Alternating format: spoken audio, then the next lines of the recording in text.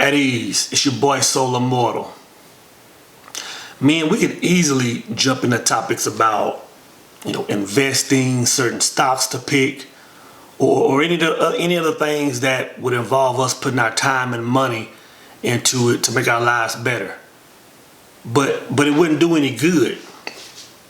And the reason I say it wouldn't do any good is because I spent several years of my life doing this, pouring money down the drain, trying to make my life better without first knowing about myself. What I eventually realized is that success in any shape, form, or fashion all starts with you. It's an inside job. Now, the last thing I want this channel to be is some religious channel, because that's not what it is. But you can't help but acknowledge the fact that this plane of our existence that we call life is ran by certain principles. And today, guys, I want to talk about belief, faith, and works. Let's talk about it.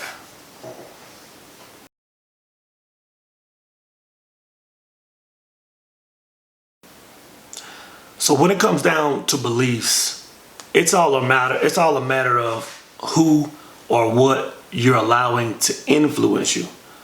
When I talk about watching very little television, it's not that I don't want to be entertained and laugh and watch a good movie or whatever, just like the next man.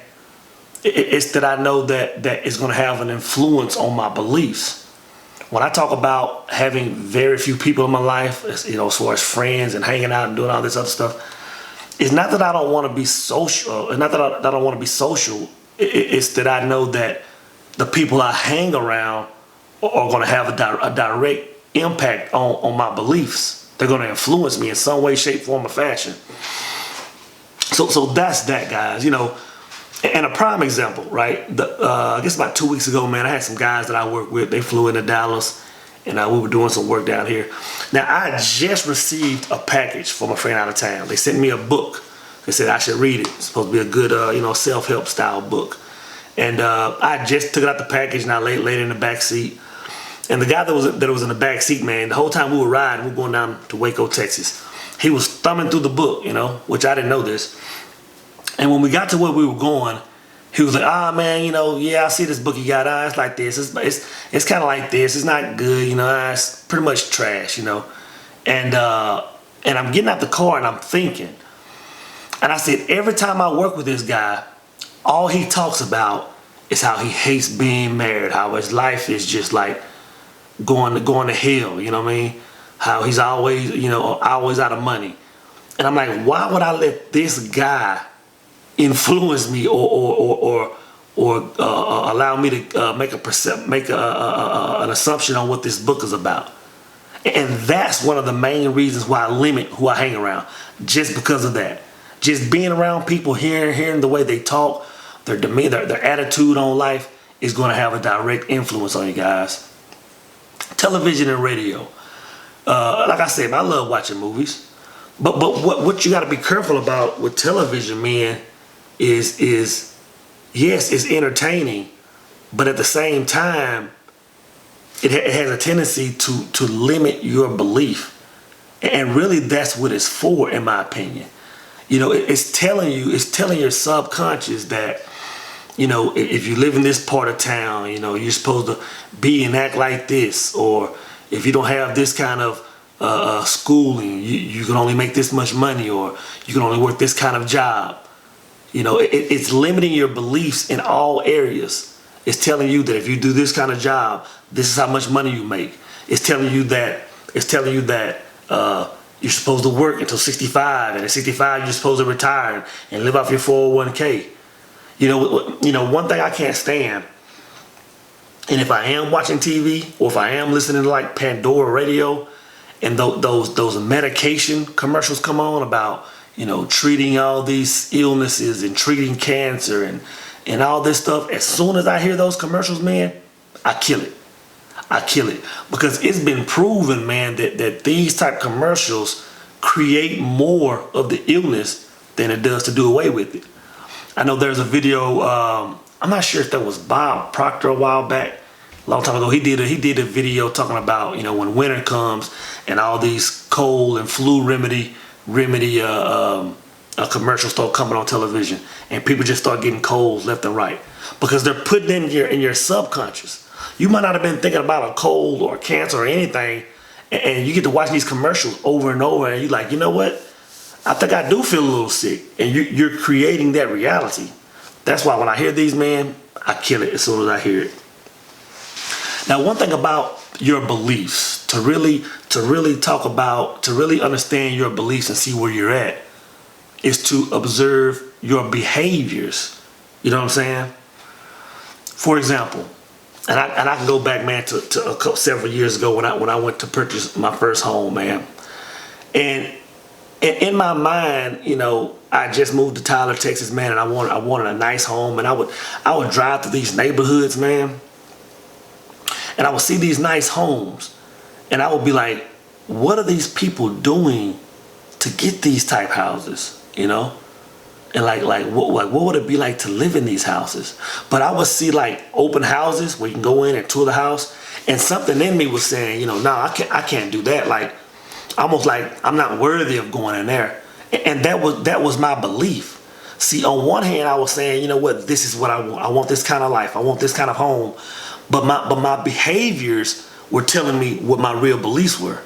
Because see, I wanted a certain home, but I didn't feel like I was worthy to go in it, to even look in it.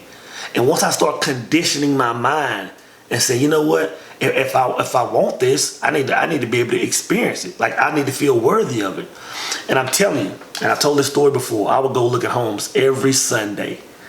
And as soon as I felt worthy enough, or I believed that I could have it, I started going and looking at these open houses. Within weeks, guys, I was approved for a house that I thought that I could never get, man. It's all about our beliefs. It's all about what you believe in. And that's why I limit what form of entertainment I get, man. Because if it's not telling me that I can become better, it's more likely telling me that I can't.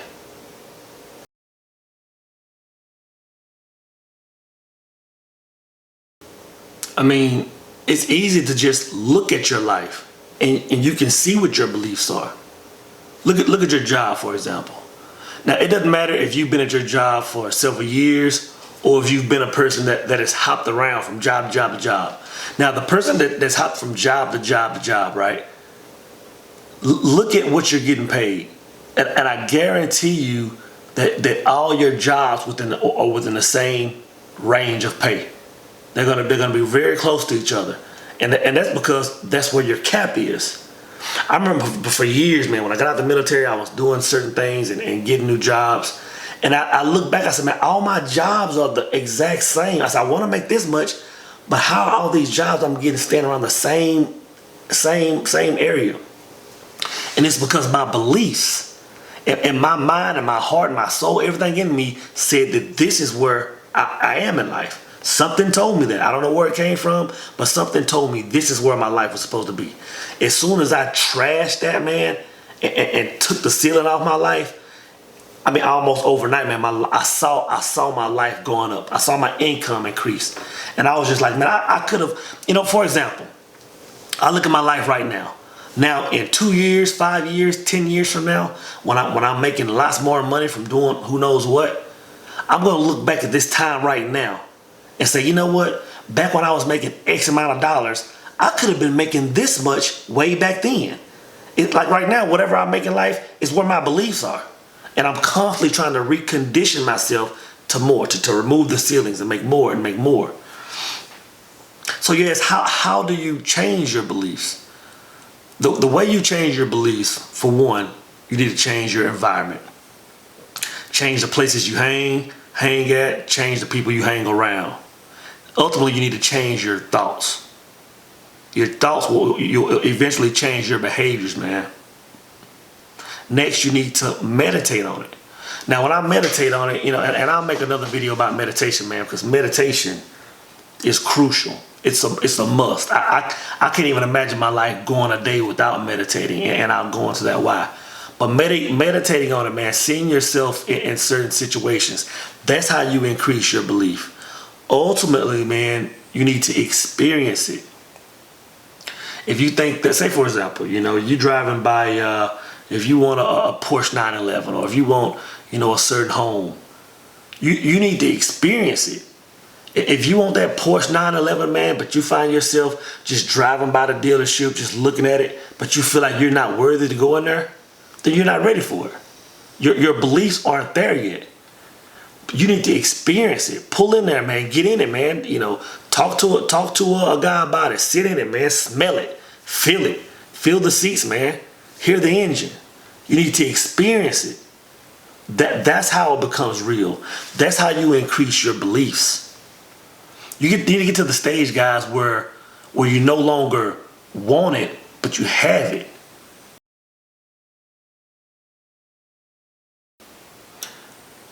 Now, what the Bible says about faith is, it says, now faith is the substance of things hoped for, the evidence of things not seen. Okay, so now you've changed your beliefs. Faith is like the concrete that you pour around it to make it firm, to make it solid, to make it real. Now the worst thing that you can do for your faith and your beliefs is try to reason. And when I say try to reason, what I mean is try to figure out on how it's going to happen, or try to justify how this thing can take place.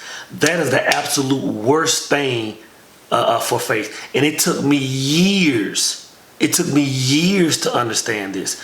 But the exact moment that I figured out what it was, life changed. For example, I remember this one time, man. I was living in Shreveport, Louisiana, and I wanted a motorcycle, man. I know you've seen pictures of the Hayabusa I posted on another video, but I wanted this Hayabusa so bad, man. And I didn't know how to get it. I had a good job, I was working, but I had bills and I had life experience, and I wanted it bad. And I was like, I was coming into this knowledge that I have now, man. I was like, well, I just need to raise my beliefs, raise my awareness, increase my faith, that whole nine. So let me tell you what I did, guys. And this is another reason why you can't hang with certain people, because some things you do may just be crazy, and you don't need anybody in your ear saying, hey, you know what, man, that's stupid. Why would you do that? Let me tell you what I did. So I was living in this apartment, Shreveport, Louisiana, and they had this private, you could get private parking, undercover parking, right? And it was one right in front of my apartment. So I went to the front office and I bought this parking spot. Now I didn't need it because I had a garage for my vehicle, but I bought this parking spot. Didn't have anything to put in it. And every evening, man, when I got off work, I would go sit on my steps and I would look at this parking spot that I purchased, and I could actually see that motorcycle, the exact motorcycle that I want over there, man. I would just sit there on my step and I would look across the street and I would look at it, man, and I could picture it the way I would park it. I could picture it being chained up so no one could steal it. And I would just look at it. And I did this, man, I don't know, it might have been 3 weeks. It might have been a month. But around that month period, man, things began to change, man. I began to see opportunity on how I could get it. And I know before that second month of me having that parking spot, I had the bike, man.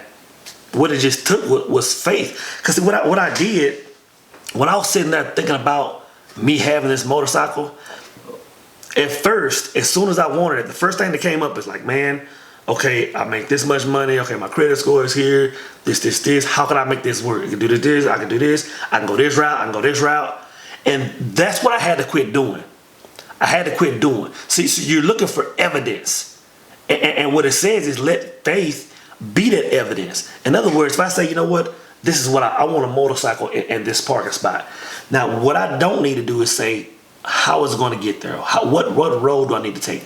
All I need to say is I have it, and it's there, and see it there, and don't worry about anything else. Now, I will tell you this. The means by which I got this motorcycle, man, I wouldn't have thought of it in a million years. I wouldn't have thought of it in a million years, man. But I'm telling you, around that month and a half, 2 month time frame, it happened, and I had it, man. And I got me that I got that motorcycle that I wanted, and it happens. It happens like that, man. That's the way I live my life now. You know what I mean? I alter my beliefs, and I stand on my faith, man.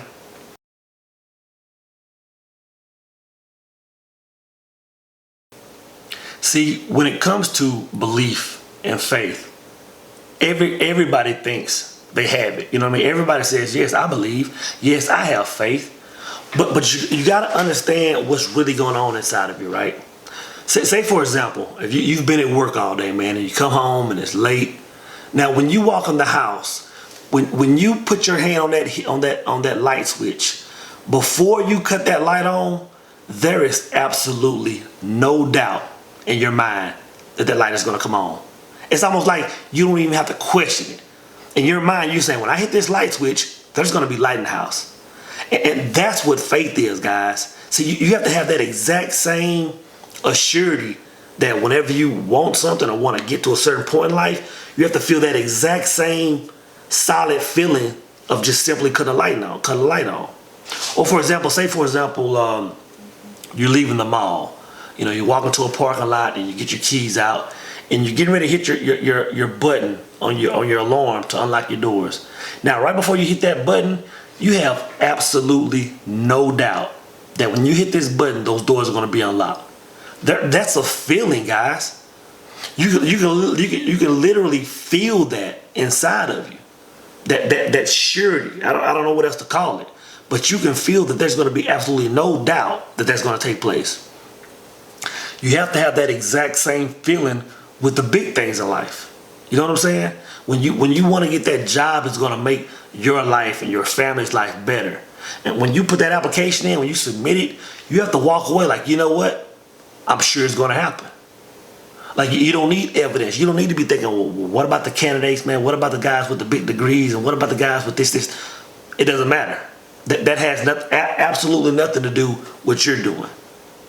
You submitted your resume. Now you're sure it's yours. It's yours. You need to let your faith be the evidence, guys. And I'm telling you, this is major.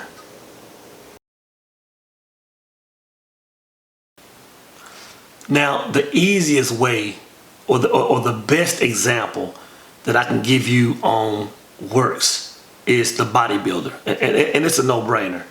Now, if a guy goes to the gym every day and puts that effort in, you know, he's doing curls, he's bench pressing.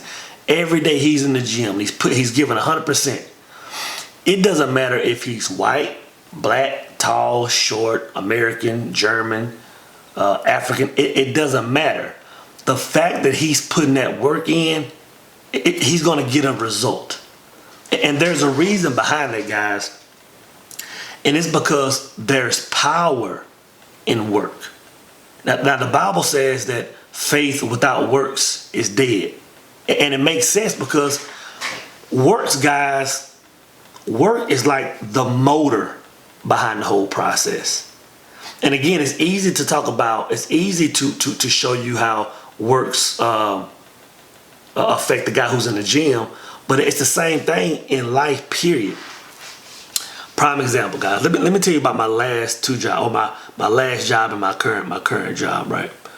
So the job I worked at before, man, I worked for a fluid transportation company. I was a district manager out in East Texas for several years. Now, when I applied for this job, I was reading some of the jargon, some of the words on there about what they did, and I didn't even know what some of it was. I was in the oil and gas industry, so that was a plus. But man, I had no idea what some of this stuff was. So I applied. But this is what made me better than the other candidates, right? So what I did, I studied this company. I studied this company, man. So as soon as I applied, I studied this company every night. The history of it, the CEO, the history of the CEO, the core values, every single thing about this company, I studied it. So when I went to this interview, When I say I blew it out the water, man, I blew it out the water. I was telling these guys facts about their company, current events in the news that they didn't even know about. You know what I mean? What I did, guys, as far as the interview process, as far as getting that job, there were candidates well more qualified than me. But I outworked them as far as getting a job. I outworked them. And I remember several months later, a lot of the guys that I was working with, a lot of the guys that reported to me, they were telling me how they applied for the job, and I was like, how did they not get it? Like these guys knew this company, knew the way the operation worked, man, like the back of their hand. But here I am coming with no experience on the type of work we're doing, and I'm getting the job. And it's because I outworked them, guys. The job that I have right now, right? It's I remember when I applied for it, I might have met maybe 20 to 30% of the prerequisites, you know. It was a company, man. It's a company the company I work for now is a company that I've looked up to for several years, man. I've actually been a fan of the product. And I was like, I want to work for this company, you know. And I remember when I applied online, and the process to get hired here it took several months. But over these several, you know, weeks and months, man, I studied this company like I was gonna get a degree in it or something, man. And I remember this. This is what I remember. I remember I flew to Tennessee and I had my interview, and I was just spitting facts because I studied. I put the work in. And when I got to talking about core values of the company, and I remember one of the guys interviewing me did this. I'm looking at him like this, and he just turned and looked over his shoulder, like he was looking on the walls, like surely this guy is reading something behind me. I studied this company left and right. Now after about a year and a half, my division manager, he came down, and we're riding around. We're kind of scouting, doing some work rather. And he was telling me, he said, man, you know what? These were his words, I swear. He said, there were candidates that were well more qualified than you. Not even close. These guys had sales experience, they had this. He said, but everybody in that room wanted to go with you for some reason. And I'm just like, really? And in my mind, I'm thinking, man, I put the work in. Like them guys were more qualified. Them guys had MBAs. Them guys had, years of service. But I put the work in. And the thing that I know is that work produces a energy to this universe. What work does, it lets the universe know that this is what you want, that you're serious. There's, like I said, works, man, is the motor behind everything. That's what I say, man, degrees and all that stuff. When it comes down to a person wanting something and putting in the work to get it, there's nothing that can compare to that. Nothing.